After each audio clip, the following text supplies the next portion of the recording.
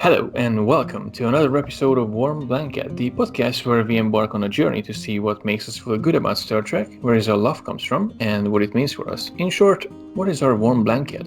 My name is Gary, I'm your host, and I'm very honored to welcome here Ian, better known as TrekCatCat.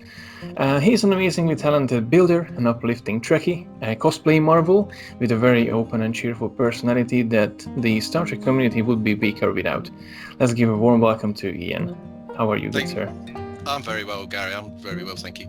I'm going to slap you down straight away. Oh boy. Because you missed it. There's actually there's 3 cats in there. TrekCatCatCat. Oh yeah, my it days. is. There you go. Me trying to be a good host, and I messed it up. You messed it up. Mind you, you say that. What was it? Irish Trekkie Damien turned around and said, "Oh, I should have 4 in there." I think no, 4's too much. He went cat. I went, no, that's a machine gun. So how did you end up with free cat in your name? Or you have zero cat? It's actually a really simple answer. Sorry. I was looking for a handle. Mm-hmm. I was new to social media. This was about 3 years ago, so I sat there with my partner and I said, well, what can I do? It's got to be Star Trek. It's got to be Trek. Mm-hmm. And she said, well, let's put it in. We own 3 cats. Let's put it in. And it was literally as simple as that. It was Star Trek and 3 cats. It wasn't going to be the name. I could not have Trek Taylor, Tommy, and the other one, and I just thought, no, it's got to be cat. So that was the birth of TrekCatCat about 3 years ago, and that's when I started all of this on Instagram. So you started 3 years ago with 3 cats and with a Trek handle. That's too much of a coincidence. Well, unfortunately, I'm only down to 2 now. So one of them died after that. Bless him. Yeah, Teddy. He was cracking. But no, I've got 2. There's still a handful, but they're there. Are you one of those cat owners who watch Star Trek with their animals? Because I know I've seen countless of pictures online, seeing that my dogs just watched Star Trek: The Next Generation while I was watching it and got so mesmerized. Have any of your cats ever did that? On very, very odd occasions. The rest of the time, one of them's either asleep on the bed and the other one's out. So, it's going to be... I've just heard the other one. He's screaming, so he's going to want some food. So I'm going to close the door.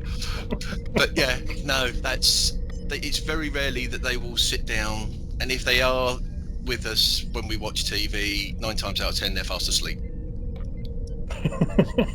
Silent partners. Yes. Yeah. So, Ian, thank you very much for joining me today. It's really a pleasure. I mean, we're following each other for ages now. We have quite a few interaction on Twitter, and I remember when I had my TREKKERPRISE Instagram handle, we actually followed each other as well. Yeah. But I deleted myself foolishly, or I don't know, for some reason, but a year ago. But you've been always so supportive of TREKKERPRISE, and you've been always being so positive out there. And thank you very much. And now I happen to thank you for your support in person, which is an awesome thing to have. And as many of us know, and we are living in a lockdown situation right now, and you did a fair amount of redecorating that I know we touched on before we started recording this episode, but I always been a DIY person myself. At least I tried my best, and seeing your work on you posted quite a few of your work on Twitter, seeing how you replaced the cabinet or finished the room. There's an important question I wanted to ask. What was the Star Trek music you listened during this refurbishing? Believe it was near enough all the soundtracks. I am quite lucky. I have all of them, from TMP all the way through to Picard. I have Picard as well. So it hit random, and away again. But it was all Star Trek bar one album, which was Star Wars, and that was Rogue One. Okay. Because Not even any classics, just. yeah, no. I like the Star Wars music, but I can't listen to it. I can't listen to it. It's there. Whereas all the Star Trek music, I love. Jerry Goldsmith is the king of Star Trek soundtracks. But I think Jeff Russo has quite adequately taken over that mantle. And Michael, and I can't pronounce his surname, who did the Kelvin films. Giacchio? Yes. I'm not sure if I pronounced it right either. Yeah, no. I mean, I what made my day was I posted saying I'm listening to Star Trek, and I just put 4 albums up. I put the motion picture, Insurrection, Star Trek Beyond, and Rogue One, and I went, "There's there," and both of them liked my post. I went, "Yes, they like the post." But yeah, no, I do listen to predominantly Jerry Goldsmith, Michael, and Jeff Russo, but I listen to them all. Do you have a favorite soundtrack? The motion picture. And within the motion picture? Enterprise, because that's obviously where we get the Star Trek, the Starship porn as well. It's that piece of music. There's actually two pieces on that soundtrack. If you get the, I think it's a 3-disc version, and it's the original score for the Enterprise, and there are certain elements between the two, but Robert Wise said to Jerry Goldsmith, he said it doesn't have a theme. There is no theme to it, and Jerry Goldsmith went away, and then he came up with the theme of what, as we know now, for Star Trek, and so the two Enterprises nearly there, but you can tell the difference between the two. But yeah, no, Enterprise is my favorite track on that one. Wow. Okay, well, thank you very much for this insight.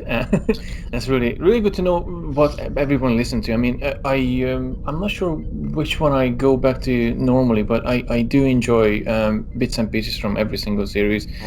And with favorites, I don't have a favorite because I love all of them. Yeah.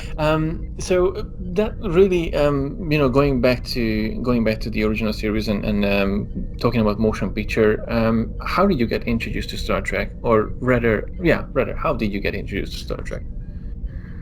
My parents were fed up of me, and they just stuck me in front of the TV and said, "Just watch it." It was like, that. You've been bad. You've been have to watch Star Trek. That's your punishment. You just shut up and watch this. And it wasn't. It was a little bit like that, but no. I had always liked, as a kid, cowboys, science fiction, and squashbuckling, those type of things I'd always watched.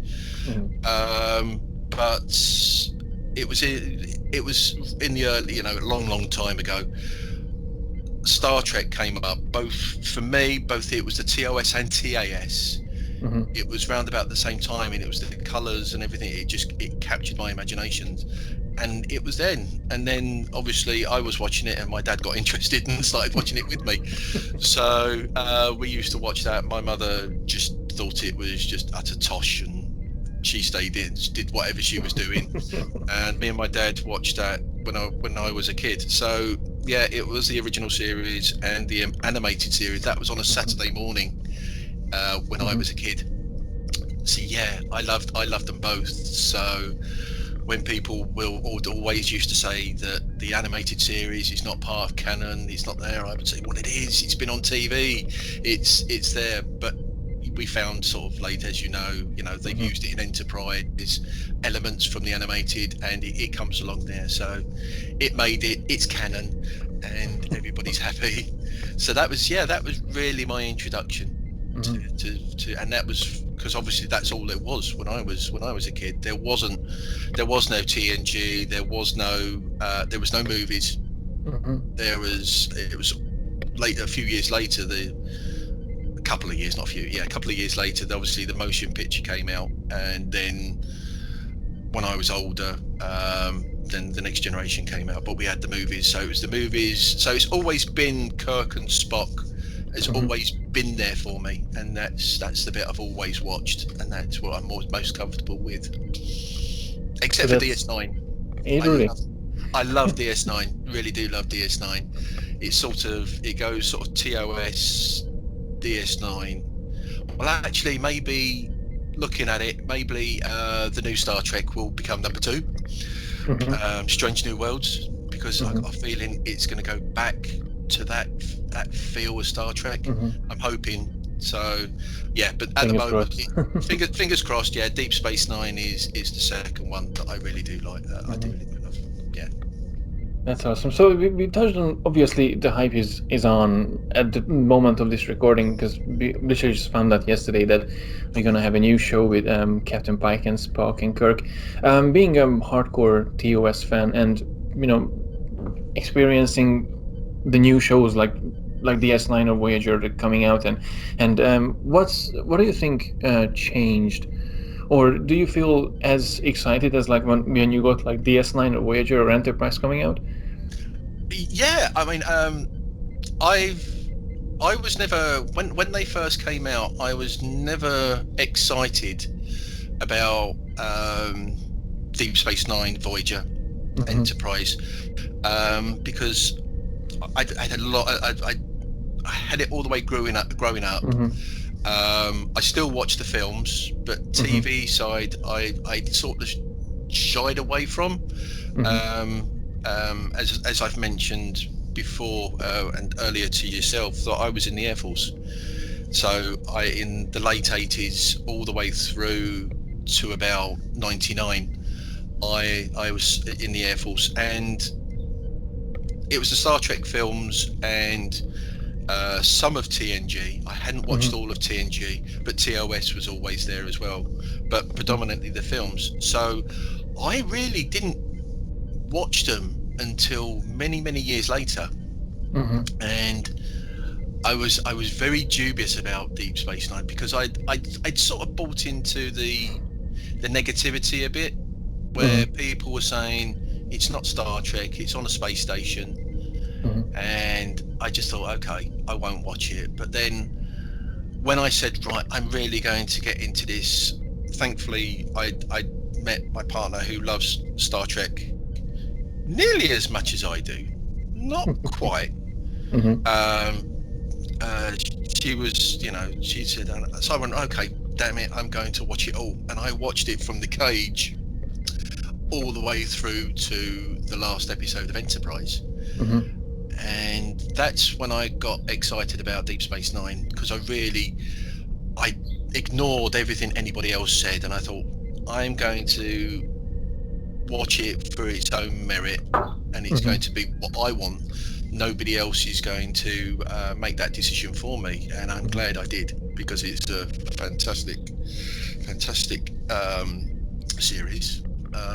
Voyager, I really just couldn't get into. Couldn't get into Voyager, and I will admit again that I thought I've got to try again. I watched The Caretaker and I fell asleep 3 times. I just kept stopping it, waking up, putting it back on, fell asleep, and then I just couldn't. But I did watch an episode the other day, and it was when Neelix leaves Voyager. Oh yeah, season 7. Yeah, I loved it. Absolutely loved it. I thought that's great, because obviously I've met Ethan Phillips, I've met quite a few people in the cast, but that episode just captured me, and I just watched it because it was on the Horror Channel, because obviously we have it on the Horror Channel over here in the UK. So it was on, and I thought I'd watch it, and normally I just have it on the background, but I stopped, I sat down, and I just watched it, and I thought, this is a great piece of Star Trek science fiction TV and everything else. But yeah, that is where I really fell in love with Star Trek again. It must have been about 15 or so years ago that I really decided I was going to watch it all the way through, and I watched it as it was aired. So as I said, yes, it had the cage, went to TNG, how many years into TNG I started with Deep Space Nine. You know, and then TNG finished, Voyager started, and because I had this, because thankfully somebody wonderful has posted on the internet, and I wish I could say who. They put every episode in order as it from air date. So I just went to this page, thought, okay, what episode am I going to watch now? That's the episode, and watched it, and I went all the way through. Well, I know Sean, to give him a bit of a mention here. Sean Trek on the Tube. I'm sure you're familiar with him. He actually, I'm not sure if you've seen it from him, but he has a list as well. Yeah. And in regards of, and he, I think he started rewatching Star Trek with his wife in the order, just as you did. And it's a really interesting thing to do, which I'm one day I must say I should try, because having that moment that you have like one TNG episode and two DS9 and one Voyager and three TNG and two Voyager and one DS9, that must be a really interesting experience to have them overlapping each other. Yeah, I think you also you really do get to see the differences. I think my biggest criticism for Voyager is they don't seem to the characters. There's no growth. It is, even with like the older ones, you still seem to be. It's sort of, I think they tried to recapture what TOS had. I think they tried, and I think unfortunately they didn't succeed. You had right at the very start, you had the tension between Starfleet and Marquis, and that had the potential of really being some good television. But about, I don't know, 5-6 episodes into season 1, they forgot about it. They're all a happy Starfleet crew, and it's there. I think Chakotay is a very underutilized character. I agree with that. I agree with that on you as well. And obviously ratings went up when they got 7 of 9, obviously, because there was teenage boys wanting to watch TV. And obviously Jerry Ryan, but I think Jerry Ryan is sexier in Picard than she was in Voyager. Because I'm an older man and she's an older woman, and that's probably what it is. But that's it. I've let me look out the bag, and Caroline, my partner, is going to go, "What did you say?" I said, "Yeah, okay, she is." But, it's platonic. It's platonic. It's allowed. Yeah. Plus, we've actually seen, because obviously Jerry Ryan was on the latest cruise. She was on, obviously, with Jonathan Del Arco. So there was a bit of a Picard presence for that one. So so Voyager was never really captured my imagination, and I've always got it. I've got it there. And Caroline's going to hate me for saying this. She said I can't watch this. She's Kate Mulgrew's voice. She sounds like she smokes 100 cigarettes a day. And it was just there. So Caroline likes, my partner, she likes the newer Trek. She loves Enterprise because she's a big fan of Scott Bakula, but Discovery, Picard, she loves. And I enjoy watching it. But I also enjoy seeing her reaction to it as well. That makes it a little bit more special, because that's something we share. And we really do love that. It's like when Picard was out, it was every Friday night, Picard night. We'd sit and watch, and that was, we'd sit and we wouldn't discuss it, but you'd say, "Did you enjoy that?" "Yes, we are." So, and plus we've had some really lucky times. So we were at the premiere, Square. Wow. Oh yeah. And also we got invited by Netflix to go to an episode as well. So we went to London. You lucky chap. I am very lucky.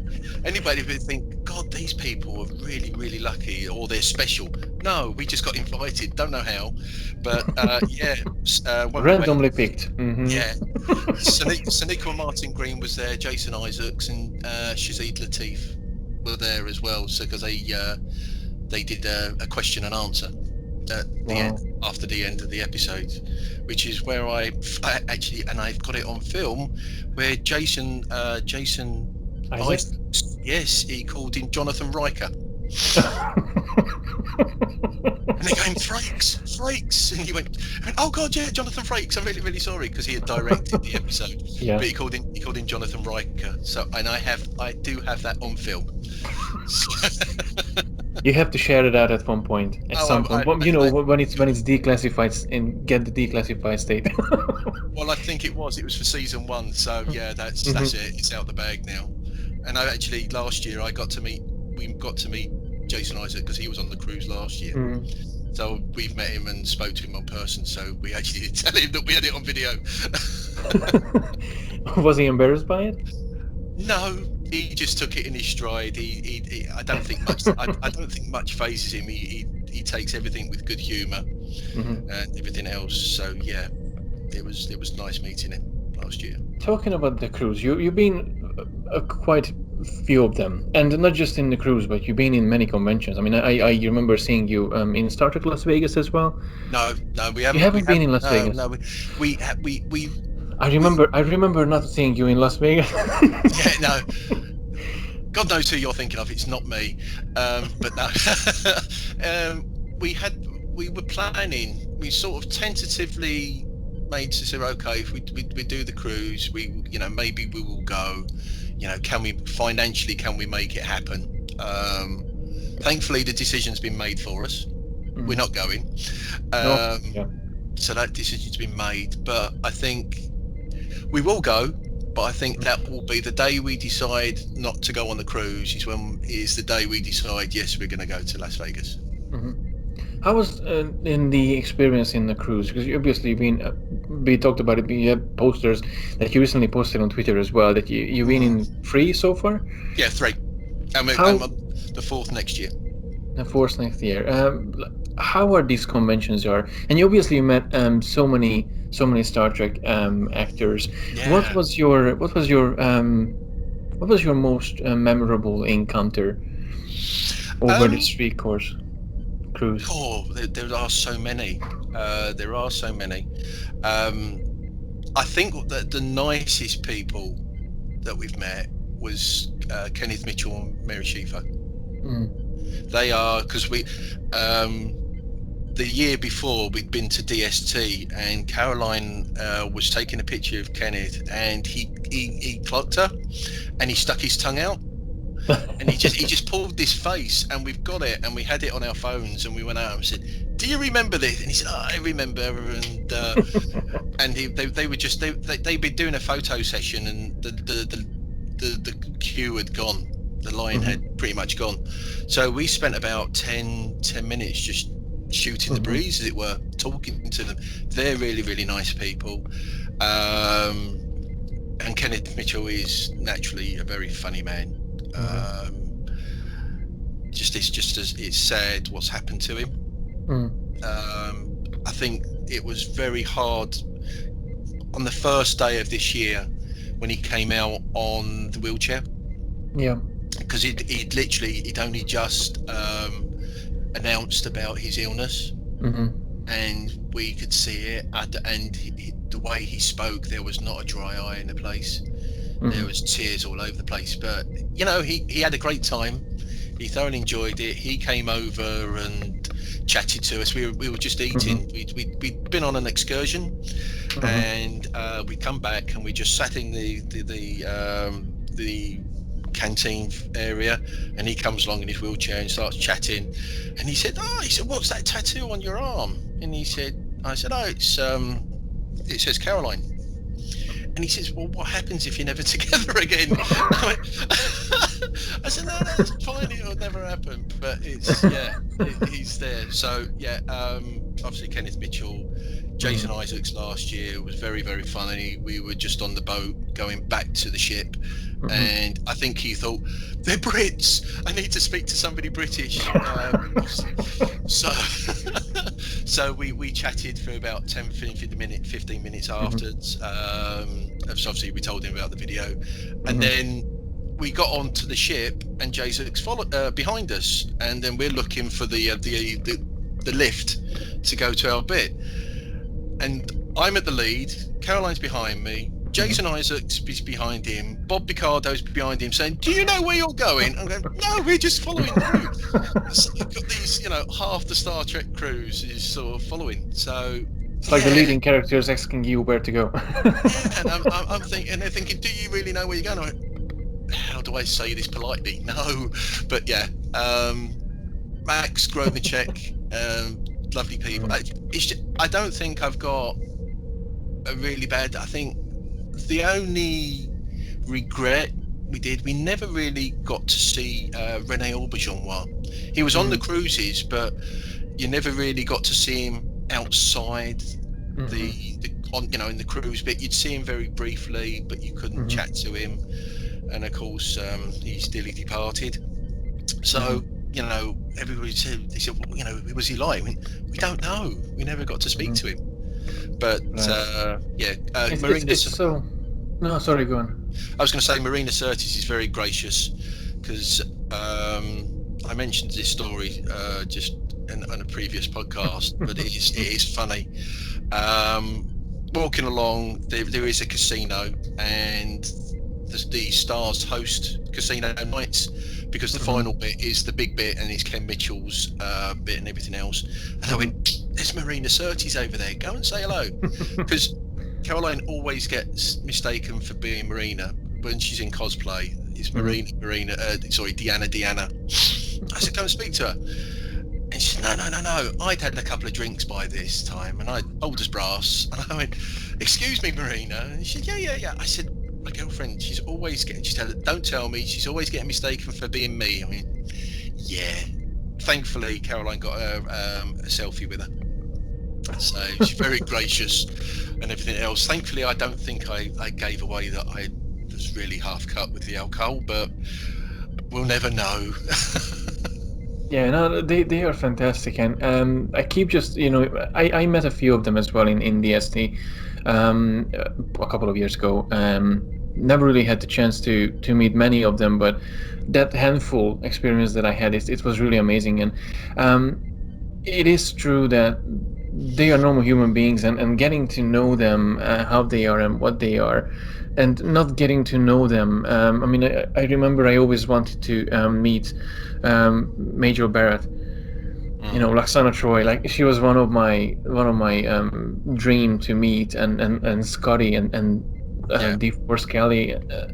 Would have loved to meet these guys, but reminiscence, going back to just to think about these people, like how many amazing people been there, and we weren't able to meet, unfortunately, because I wasn't around when they were alive. So, and the circumstances, I wasn't even in the US, and I've never been in the US before. So it's an interesting thing. Going back to the roots, and how you get introduced to Star Trek.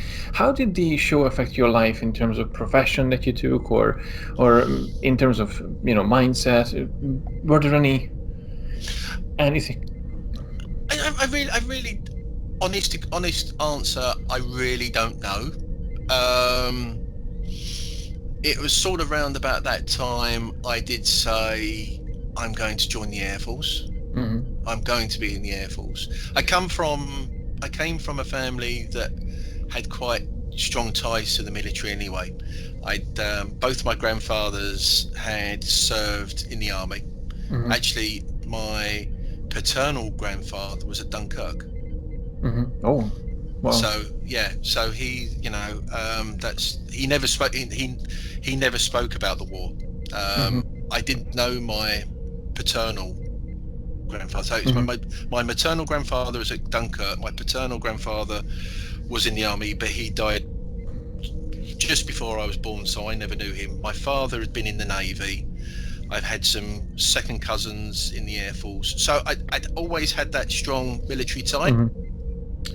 But I'm not too sure whether Star Trek did affect it, but maybe it did. I mean, I got persuaded to sort of get a trade As such, I became an electronics technician.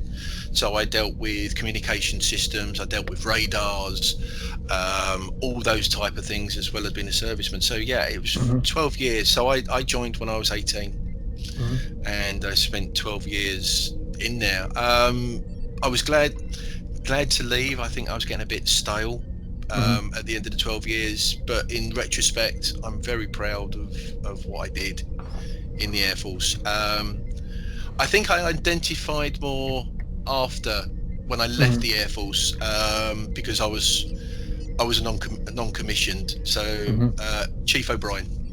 Chief I O'Brien was is I was thinking about Mr. Scott, but because yeah. of the Scott. strong TOS connection. But Yeah, but no, that's awesome. Scotty was an officer, and you didn't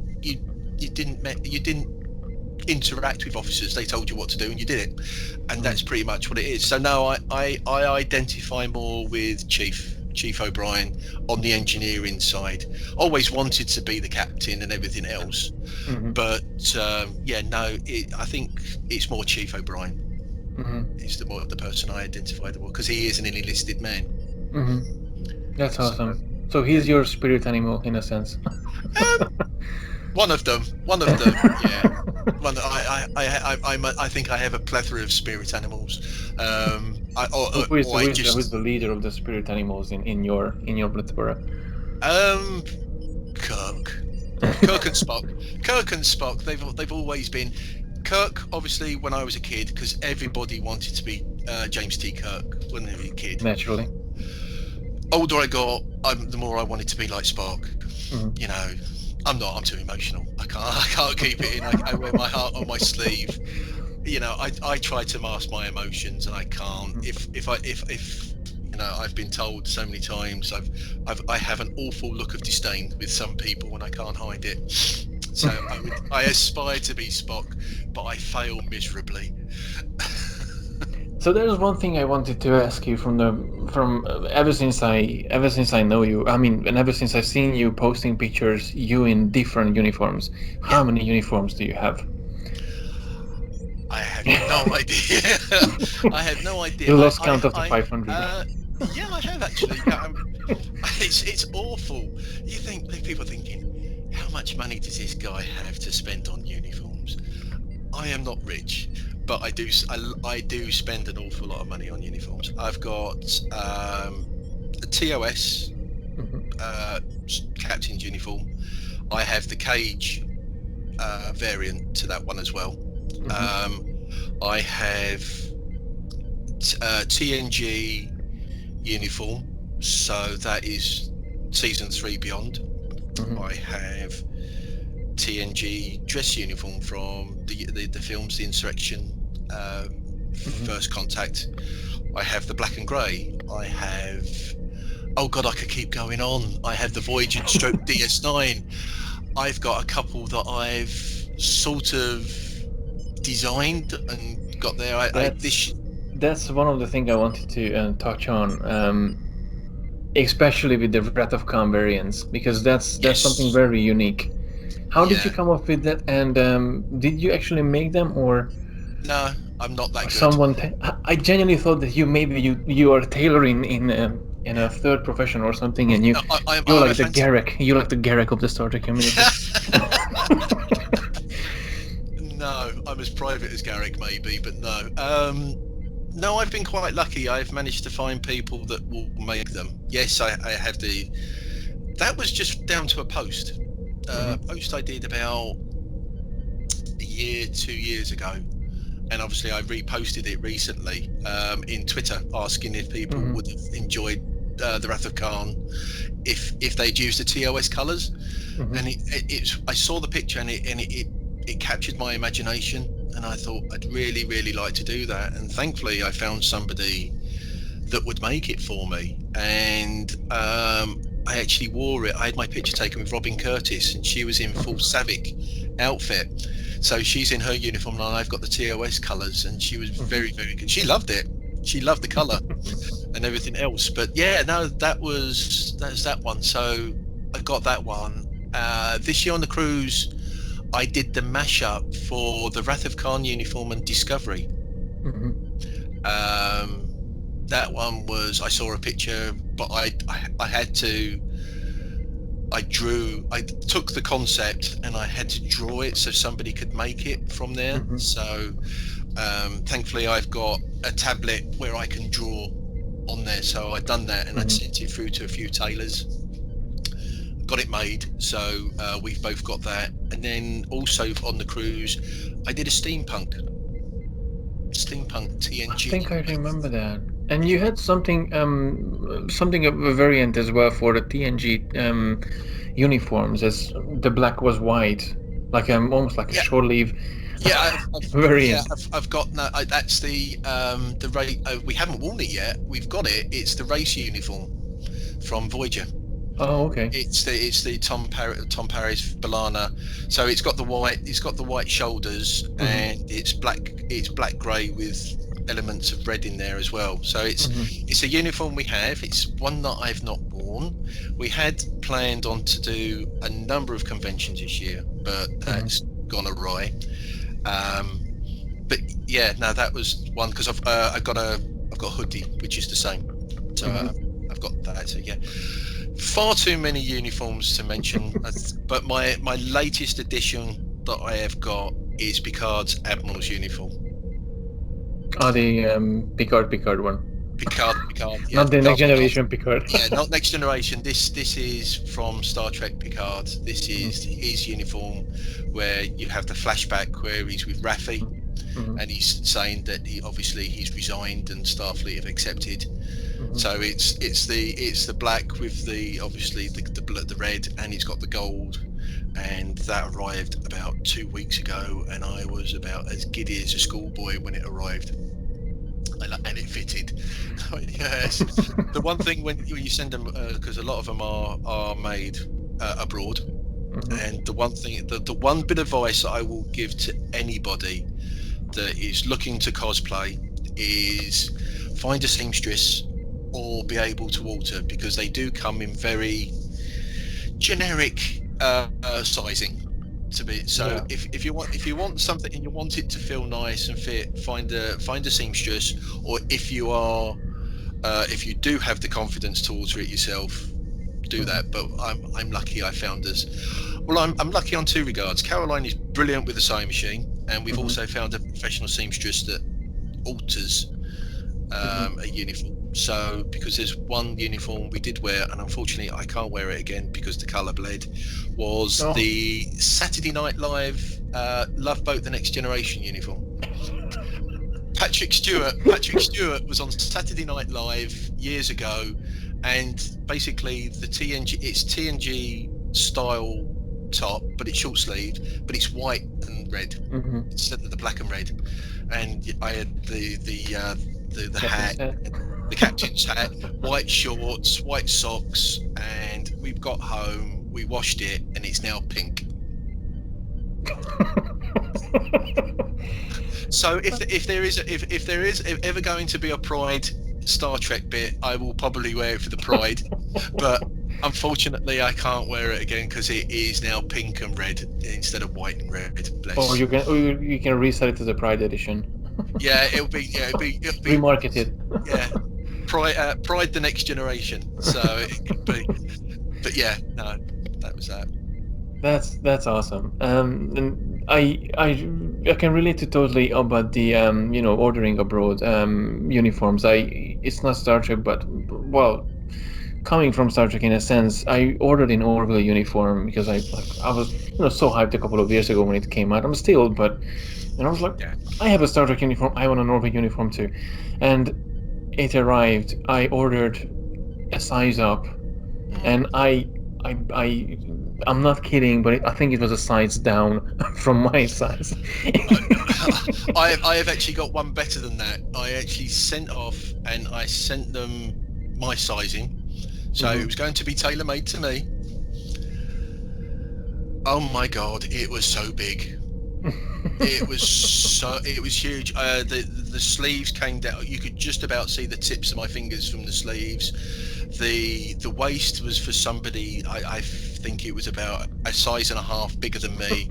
The trousers were for somebody who was shorter than me. I had a complete sense of humour failure. My partner Caroline, she rolled over. She found it, and that made it worse for me. She was laughing like, "Oh God, you look like an idiot," and I felt like an idiot. And I still do have the photographs. When I am one day, I will show and say, "Beware when you buy cosplay," because it was the dress uniform. It was the white and grey.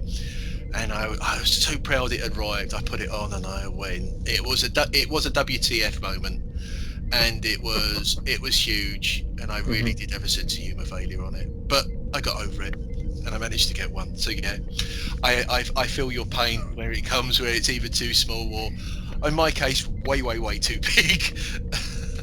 But it was so weird. I contacted the seller asking for, if I can send it back or get another parent. They didn't tell me they were like, you know what, you can keep it and we give you back the money. I was like, but that's okay, but I will still have a uniform that I won't be able to wear. So what the hell should I do with it? And it took a Sell while it on eBay. to. Sell it on eBay. Get rid of it. Oh No. gosh, Yeah, it's either that or no, lose lots of weight. it's horrible. It's horrible to Yeah. get in, but that brings us to an interesting point. Because obviously, if you wouldn't love doing the cosplaying and wouldn't love dressing up as your favorite characters with your partner as well, that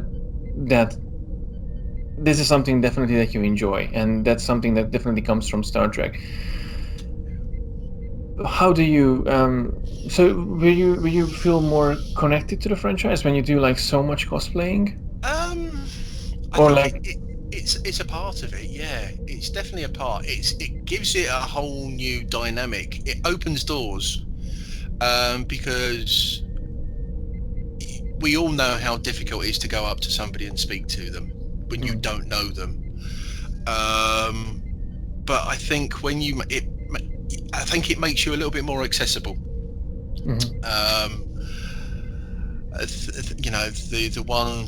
The one story I have is obviously the first cruise we went to. We wore the Generations naval uniforms. At the very start of the film where they're on the HMS Enterprise. yes.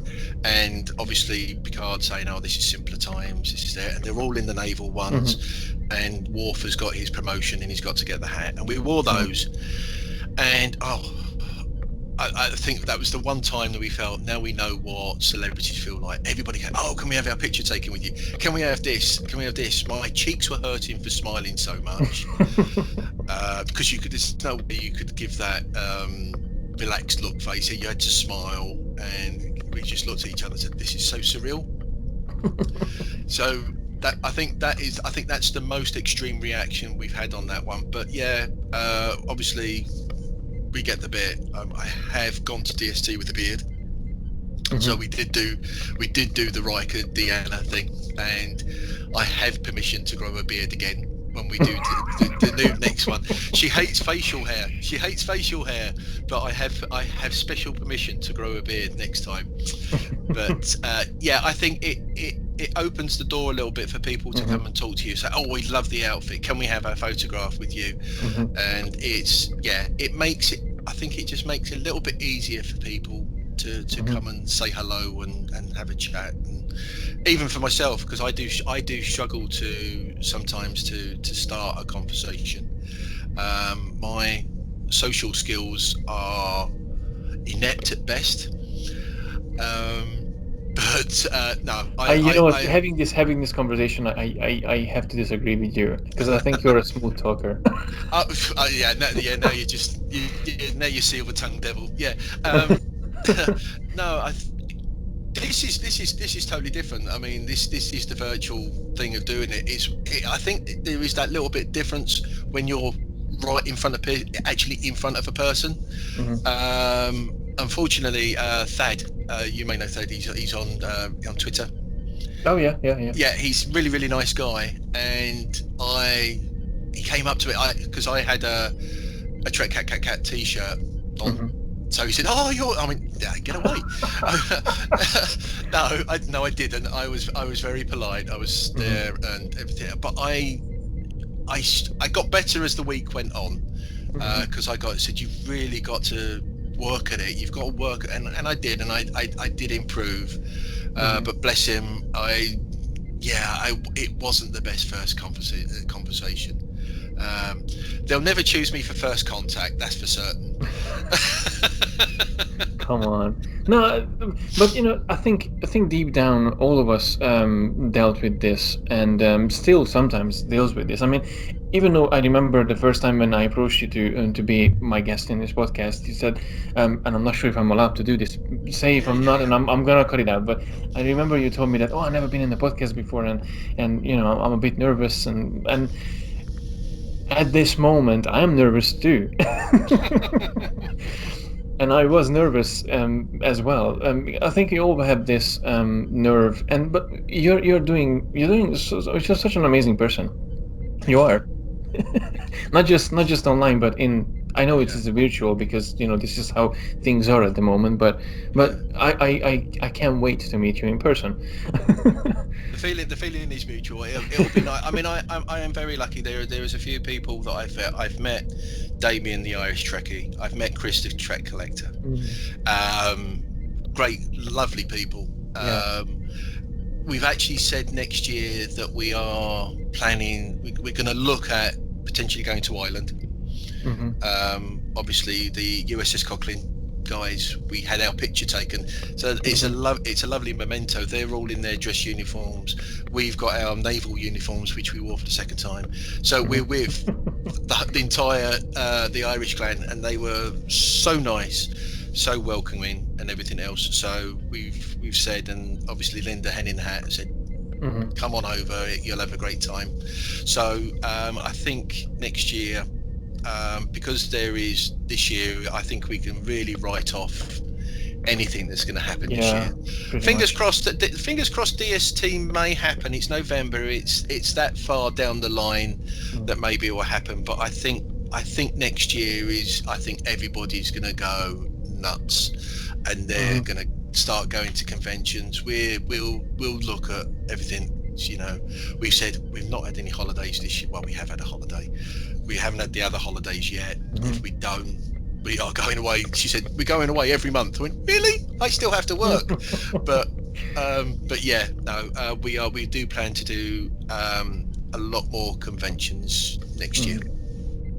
No, that's definitely a must do. I mean, even for me, I was looking forward to Edinburgh Comic Con close by, but that obviously got blown away as well. Because of this situation, but nevertheless, I never seen this much companionship between fans during this time that I seeing now. I mean, obviously the shenanigans were happening before, but now the community is much more together, more active in a sense. Yeah, I think we use this phrase Star Trek family, and I think it has made the bonds a lot tighter, as it were. I think we've become more vocal to the naysayers and the vilifiers. There will be the people these horrible people that are out there, the gatekeepers as we call them, that will vilify people for liking their Trek. It's their Trek. It's Discovery, Picard, all these people, and these ones are saying, you're not a fan of Star Trek, that's not real Trek, that's not canon. Well, you're wrong. It is their Star Trek. Let people, and I've said this a few times on Twitter, and let people love their Star Trek the way they want to. Don't tell people how to enjoy Star Trek. We all enjoy Star Trek differently, and we should be more open-minded. Star Trek came out with IDIC, infinite diversity and infinite combinations. George Takei swears by it, and I believe it too. There is, none of us are the same. We all enjoy things differently. We all love Trek, but let us enjoy Trek the way we want to. And the people that think we're awful, or then we're not fans, screw you. There is a brilliant thing on Twitter called block. block them. That's the thing, and Block, mute. forget. Yeah, mute. I mean, Wilson Cruz said it on the cruise, because Wilson was on the cruise. He said, these people, these naysayers, if you're going to do that, he said, the wonderful invention, hit block. They can't do it. But I've become a stronger advocate of that, to say, we all love Trek, and let's love it the way we love it. And I couldn't have said it better myself. So when coming down to all this, when you think about Star Trek, someone from the far out Star Trek, what do you think? What is the first thing that comes to your mind? Well, I've always said Star Trek to me is hope. Hope that we become better, better human beings, better people. That we finally do embrace our differences. When we get rid of these petty squabbles, we still fight each other over religion, we still fight each other over that, but Star Trek, we are a harmonious group, and that's what I hope. I'll be long dead by when that happens, but I think I will be dead. Even my grandkids will be. Yeah, the grandkids. But I think it's hope that Gene Roddenberry's vision of what humanity could be like is actually what happens. I think that's what Star Trek is to me. So that's what comforts you the most. That idea. That we will become. I have become. The older I've got, and I think the help of Trek on that is I have become a lot more open-minded about everything. I've made friends in from America, all those ones, totally different to me, different people, but we've become friends, and it's as I said, it's that diversity between everything that I think makes us great. I think that's what we're about. Yeah, it's beautiful, and I think that's a beautiful note to to end the podcast as well. It's been fantastic to chat with you, and I'm glad that we had the chance to sit down and get to know a bit more about you. Even though you said you're a private person, but I think you shared quite a lot, and you opened up quite a lot as well. So I'm glad that I get to experience this side of you, and as I said, just to give you a massive thank you as well for all the support and the following that you been there for. Well, you've been just as supportive to me as well. So I mean, I think that's the one good thing about this Trek family. We do support each other. There's been new people coming in. You see, come on in. Everything's fine. Everything's great. And we do support that. So I'm always looking to try and pay it forward. I'm of a position where that I can afford a few things, and obviously just recently I've been doing a ready for a giveaway, which I will hopefully. Well, it'll be announced, because obviously we got this Trek. They've got the Star Trek con that obviously Henny and the Hat's arranging for people to cosplay on Tuesday. Yeah, That's when 19th of May, everyone. Yeah, that's. But by the time this podcast will be comes out, it would have been in the past. It will be history. Yes. Yeah, we'll have to slingshot around the sun and get back to it by the time this goes. But yeah. So I am lucky that I can do giveaways. I've done one on Instagram. I tried to do one earlier this year, but nobody took me up on it. The Star Wars poster I did for Star Wars Day. I'm sending that off to California this weekend. So I am lucky. I am going to do, and I will be doing more giveaways. I think if I ever do hit 1,000 followers on Twitter, that is one day one giveaway I'll do. You're not so far away from there though. No, well, I'm getting really close to I'm getting really close to 9,000 followers on Instagram as well. Yeah. So that will be another one. So yeah, I'm very much we help each other, and I am just lucky that I can pay it forward a little bit more than some other people. So after all this, if people want to connect with you, who they didn't, and they listen to this podcast, that two people probably will be. They'll probably think this guy is like, absolutely no nuts. idea. Why would I want to connect to this guy? He's nuts. So, but yeah. No, but jokes aside, where everyone can find you aside from, I mean, you're most active on Twitter and Instagram, obviously. That's at the moment that is the only two places that I can be found. Obviously, we said it's TrekCatCatCat, and it's the same on both Instagram and Twitter. So that's predominantly where I am. I may venture one day into YouTube, but I'm not so sure. But maybe it'll just be the podcasts. Maybe I'll go into podcasting. But at the moment, it is Instagram and it is Twitter. Absolutely. Very, very much thank you for this opportunity to talk to you, and thank you for being in the show. And I hope at one point you will be able to get back to the show, because I am planning to do some side treks, not just interview-based shows, but like going into deeper a bit in one or two specific topics in the future. So I really hope that I can welcome you back, and we can have a fun discussion. It's been an honor and a pleasure to be invited onto this, and yes, I think I've been a little bit vocal to say, make the discussion groups that I would be interested in. Now I've obviously this is my second podcast. I ramble on like there's no tomorrow, but yeah, I would love to do more.